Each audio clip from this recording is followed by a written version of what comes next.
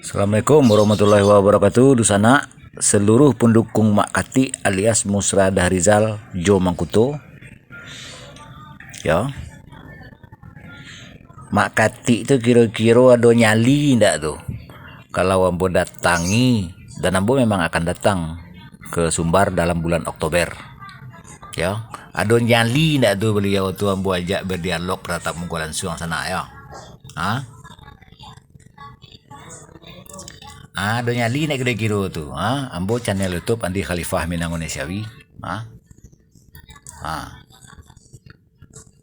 Bagi kira sana. Ini harus paham iko ko. Aku dalam satu empuk apa?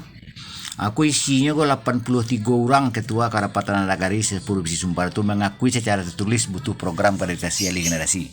Tolong sampaikan ke orang banyak sana ya.